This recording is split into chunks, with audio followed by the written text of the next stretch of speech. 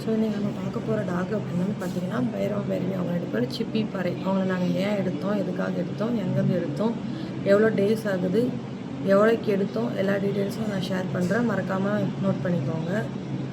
அவங்க பார்த்திங்கன்னா அன்பு நாட்டு நாய் பண்ணையிலேருந்து எடுத்தவங்க. கோயம்புத்தூர்லேருந்து அன்பனா கிட்டேருந்து எடுத்தோம். டிரான்ஸ்போர்ட்டில் தான் வந்தாங்க. நைட் ஒரு 10:30 அரௌண்டில் வந்து சேர்ந்தாங்க தர்மபுரி டிஸ்ட்ரிக்ட்டு. அவங்களோட ப்ரைஸ் பார்த்திங்கன்னா மேல் 6,000, ஃபீமேல் 5,000 அந்த ரேஞ்சில் தான் எடுத்தோம். பெஸ்ட்டான டாகு. குட்டியில் எடுத்துகிட்டு வரும்போது எப்படி இருந்துச்சோ அதோட வீடியோ உங்களுக்கு அட்டாச் பண்ணுறேன். இப்போ 1 இயர் கம்ப்ளீட் ஆகி 4 மந்த் ஆகுது. அதோட வீடியோ உங்களுக்கு நான் அட்டாச் பண்ணுறேன், பார்த்துக்கோங்க. இவங்க 2 பேர் பார்த்திங்கன்னா வேட்டைக்கான நாய் தான். இதில் வந்து மேல் பார்த்திங்கன்னா பயங்கரமான ஆக்டிவான நாய்ங்க. அவன் என்னன்னு பார்த்திங்கன்னா அவன் ஃபஸ்ட்டு கோழி தாங்க அவனோடைய மெயின்.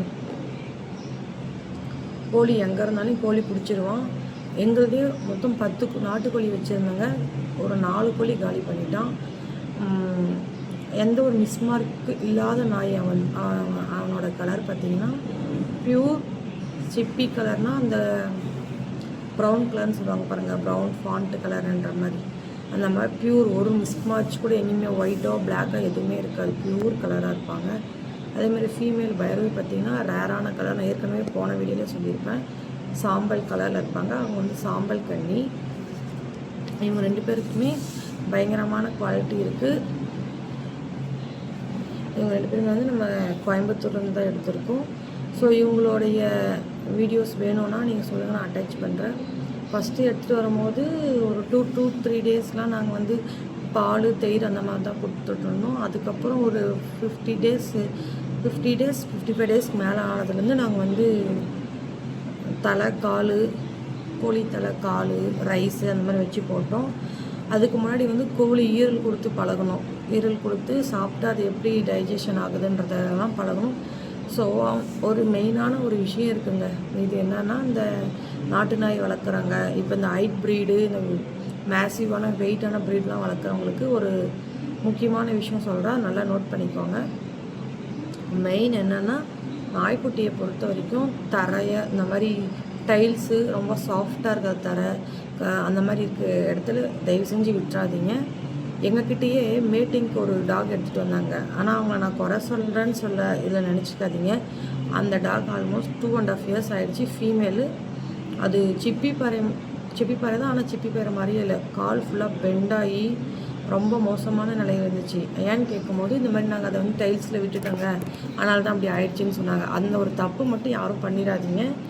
டைல்ஸில் விடாமல் நல்லா வந்து ரஃப் அண்ட் டஃப்பான இருக்கிற இடத்துல விட்டிங்கன்னா நல்லா வரும், ஹைட்டாகவும் வரும். கால் பெண்டு இருக்காது. கால் பெண்டாச்சுன்னா அந்த நாயோடைய லுக்கெல்லாம் சுத்தமாகவே போயிடும். அதுக்கப்புறம் பார்த்திங்கன்னா கால்சியத்துக்கான சிரப்பு வந்து நீங்கள் கண்டிப்பாக கொடுத்து தாங்க ஆகணும். 1 இயர் வரைக்கும் கொடுத்து தான் ஆகணும். என்னென்னு பார்த்தீங்கன்னா ஆஸ்ட்ரோபெட் அந்த டானிக் வந்து 1 இயர் வரைக்கும் அது வெயிட் தகுந்த மாதிரி நீங்கள் கொடுத்து தான் ஆகணும். ஒரு பில்லர் அந்த மாதிரி நாங்கள் கொடுக்குறோம், நீங்கள் கொடுத்து தான் ஆகணும். 1 இயர் வரைக்கும் நம்ம டாக்ஸை வந்து நல்லாவே மெயின்டைன் பண்ணாங்கன்னா அதுக்கப்புறம் அது தானாகவே வளர்ந்துடும். நம்ம மெயின்டைன் பண்ண வேண்டிய வேலையே இல்லை. 1 to 1.5 இயர்ஸ் தான் டாகோட வளர்ச்சி இருக்கும். அதுக்கப்புறம் தானாகவே அதெல்லாம் வளர்ந்துடும். நம்ம மெயின்டைன் பண்ண தேவையில்லை. நீங்கள் வந்து ஆர்ட்ஸோபெட் கொடுங்க. இந்த மாதிரி குளம் ஏறி இருந்துச்சுன்னா கம்பல்சரி நாட்டு நாய்க்கு பொறுத்த வரைக்கும் நீச்சல் கொடுங்க. ப்ராக்டிஸ் ஹைட்டு போக்கு செம்மையாக வருங்க. 31 இன்ச்சுக்கு ஷூரிட்டியாக சொல்லலாம். நீச்சல் போட்டிங்கன்னா நல்லா வந்து வரும். எங்களோட டாக்ஸ் எல்லாமே பார்த்திங்கன்னா நாங்கள் வச்சுருக்க எல்லா டாக்ஸுமே ஷோ குவாலிட்டி டாக்ஸ் தான். நாங்கள் எல்லாமே ஷோ கூட்டிகிட்டு போயிருக்கோம். அது நம்ம எல்லா நாயுமே ஷோ அடிச்சிருக்கு.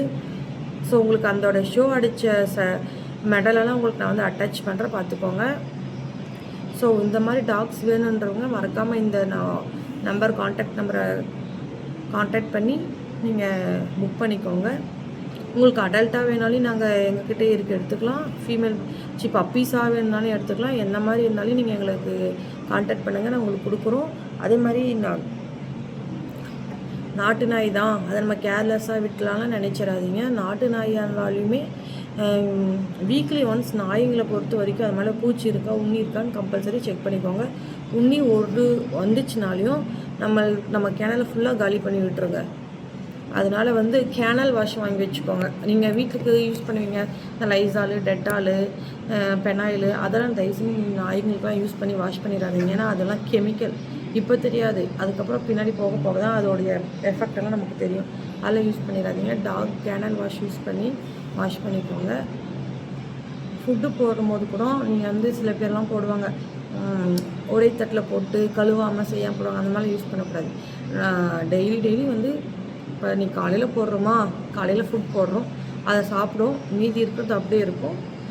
ஈவினிங் வந்து அதே தலைக்கால் போடுறோன்னு வச்சுக்கோ, சாப்பிட்டுச்சு. நெக்ஸ்ட் நாள் வந்து என்ன பண்ணணும்னா அதை எடுத்து வாஷ் பண்ணிடணும். ஃபுல்லாக பிளேட்லாம் கழுவிட்டு ஃப்ரெஷ்ஷாக தான் போடணும். அதிலே போட்டோன்னா அது செட் ஆகாது. அதுமாதிரி தண்ணிலாம் 2 நாளைக்கு ஒரு டைம் மாற்றிடுங்க. அந்த மாதிரி நாய் வந்து நீட்டாக நம்மளோட ஃபுட்டு நம்ம எப்படி சாப்பிட்றோம் அந்த மாதிரி தான் நாய்க்கும் நம்ம கொடுக்கணும். ஃபுட்டு நீட்டாண்டு க்ளீனாக போட்டோன்னா நாய்க்கு எந்த ஒரு பிரச்சனையுமே வராதுங்க. ஸோ இது நல்லா நோட் பண்ணிக்கோங்க.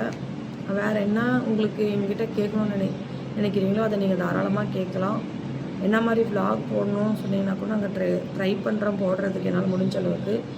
சப்போர்ட் பண்ணுங்கள், சப்ஸ்கிரைப் பண்ணுங்கள். இதோ நான் ஏதோ கொஞ்சம் ஸ்டெப் எடுத்து வைக்கலான்னு இருக்கிறோம். கொஞ்சம் சப்போர்ட் பண்ணுங்கள். உங்களுக்கு பண்ணையோட டெய்லி ரொட்டீன் வேணுன்னா நீங்கள் கமெண்ட் பண்ணுங்கள், நான் உங்களுக்கு போடுறேன். காலை தூங்கி எந்திரிச்சதுலேருந்து நாங்கள் என்னென்ன பண்ண, எப்படி என்ன பண்ணுறோம், டாக்ஸ் எல்லாம் எப்படி நாங்கள் வெளியே விடுறோம், அந்த மாதிரி எல்லா விஷயமும் நாங்கள் அதில் அட்டாச் பண்ணி உங்களுக்கு நான் வேணால் லாங் வீடியோ எடுத்து போடுறேன். நாங்கள் எந்திரிச்சதுமே மொத்தம் ஒரு 10-12 டாக்ஸ் இருக்குது. ஒவ்வொருத்தருமா நாங்கள் வந்து ரூமில் தான் வச்சுருக்கோம். ஏன்னா வந்து பயங்கரமாக சண்டை போட்டுக்குவாங்க டாக்ஸ். அதனால் அதை நம்ம அவுத்து விட்டு அதோடைய வேஸ்ட்லாம் நாங்கள் க்ளீன் பண்ணி, பாத்ரூம் அதெல்லாம் க்ளீன் பண்ணிவிட்டு, ரூம்லாம் வாஷ் பண்ணிவிட்டு, பிளேட்லாம் கழுவிட்டு, சாப்பாடு தனியாக செஞ்சுட்டு, அதுக்கப்புறம் சாப்பாடு ஆற வச்சு தான் நாங்கள் போடுறோம். அந்த மாதிரி ப்ராசஸ்லாம் உங்களுக்கு வேணும். நீங்கள் எப்படி ஃபார்மை க்ளீனாக வச்சுக்கிறோம், இல்லை எப்படி மெயின்டைன் பண்ணுறோம், அந்த மாதிரி விஷயம் வேணும்னா நீங்கள் மறக்காமல் கமெண்ட் பண்ணுங்கள். அது ஒரு நாள் விலாக எடுத்து போடலாம். பண்ண வச்சுருக்கிறது ஈஸியான வேலை இல்லைங்க. எங்கேயுமே நம்மளால் வெளியே போக முடியாது. மெயின் ஃபஸ்ட்டு அதுதான். நம்ம காலையில் போனோம்னா ஈவினிங் கம்பல்சரி வரும். இல்லை இப்போ நம்ம ஃபேமிலியே போனால் ஒரு ஆள் கண்டிப்பாக இங்கேருந்து தான் ஆகணும். அதெல்லாமே இருக்குது. பட் இருந்தாலும் டாக் லவர்ஸ்னு வந்துட்டு அது கண்டிப்பாக செஞ்சு தான் ஆகணும். அதுக்கு எதனால் அரேஞ்ச் பண்ணணும், செய்யணும். இப்போ போர்டிங் கொண்டு போய் விடலாம் அப்படின்னு பார்த்தா விட முடியாது. ஏன்னா நம்ம 1-2 இருந்தால் கூட விடலாங்க. நம்ம வச்சுருக்கிறது 10-12 இருக்குது. அதை போர்டிங் கொண்டு போய் விட முடியாது. ஸோ மேலும் எங்கள் பண்ணை பற்றின டீட்டெயில்ஸ் வேணுன்றவங்க மறக்காமல் இந்த நம்பருக்கு கால் பண்ணுங்கள். நாங்கள் ரெஸ்பான்ஸ் பண்ணி உங்களுக்கு என்ன வேணுமோ அதை சொல்கிறோம். உங்களுக்கு டாக் பற்றின வீடியோ வேணும், இது இந்த மாதிரி ப்ரீட் எப்படி வளர்க்கணும் அப்படின்ற விஷயம் வேணும்னா நீங்கள் கமெண்ட் பண்ணுங்கள். சேனலை சப்ஸ்கிரைப் பண்ணிக்கோங்க. இன்றைக்கி வந்து பைரவம் பைரியோட லிஸ்ட்டை சொல்லியாச்சு. நாளைக்கு பார்த்தீங்கன்னா என்ன, பைரவம் பைரவி, ஜில்லு, முகி, வேட்டையன், இந்த 3த்தோடைய என்னென்ன எப்படி இருக்குன்றதை நாளைக்கு சொல்கிறேன். ஸோ மறக்காமல் ஃபாலோ பண்ணிக்கோங்க. நாளைக்கு நம்ம மறுபடியும் மீட் பண்ணலாம். சப்ஸ்கிரைப் பண்ணிட்டு போங்க. தேங்க்யூ.